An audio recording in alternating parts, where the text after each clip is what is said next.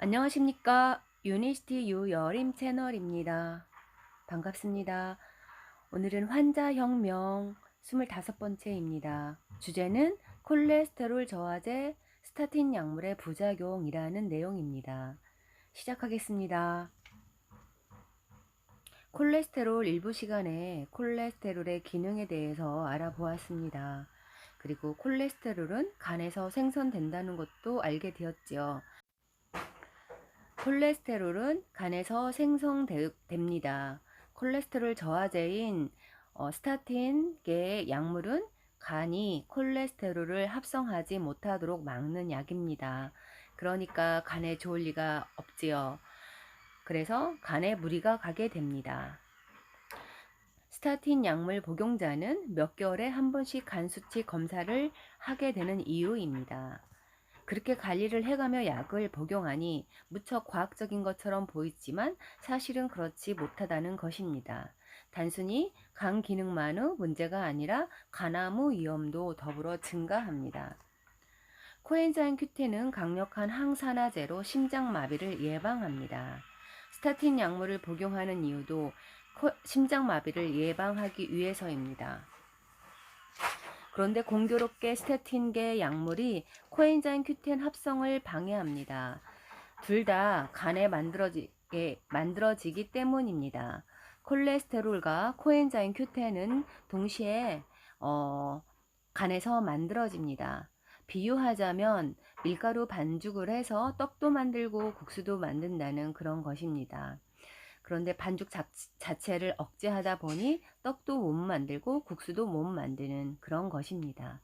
결국 심장마비를 예방하고 하려고 먹은 스타틴 약물이 코엔자임 Q10의 수치를 낮추어 오히려 심장마비의 위험성을 증가시키는 모순이 생깁니다.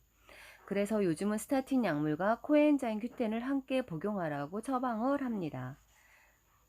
심지어 스타틴계 약물 표면에 코엔자임 Q10이 코팅되어 나오기도 합니다.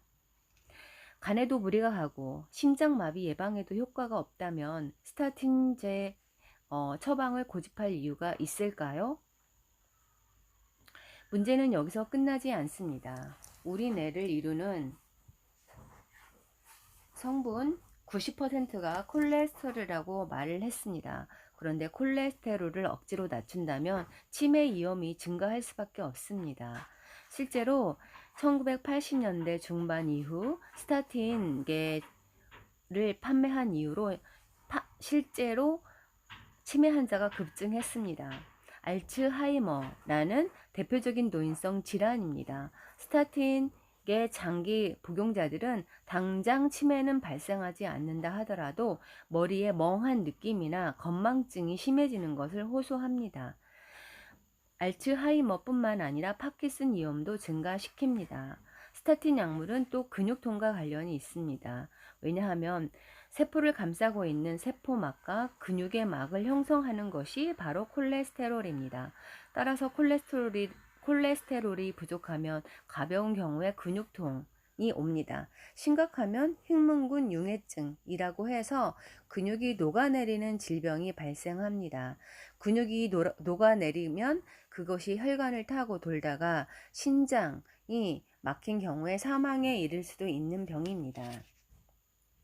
신경을 감싸고 있는 신경막도 콜레스테롤이 주 성분입니다. 억지로 낮추다 보면 신경통이 발생합니다. 밤늦은 시간, 손발이 저리고 아픈 신경통으로 고생하는 노인들 상당수가 스타틴 약물 부작용 때문입니다. 남성 입장에서 안타까운 부작용 중 하나는 발기부전입니다. 남성 호르몬 테스토스테론의 주성분 역시 콜레스테롤입니다. 약물을 통해 콜레스테롤을 떨어뜨리면 자연히 성욕이 감퇴되고 발기부전을 일으킬 수밖에 없습니다. 어디 가서 스타틴계를 약물을 복용하고 있다고 말하면 사실상 나는 발기부전이야 라고 자인하는 셈입니다.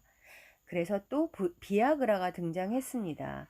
1980년대 중반 콜레스테롤 저하제의 처방이 시작되고 10년 후에 발기부전 치료제의 비아그라가 출시된 것입니다.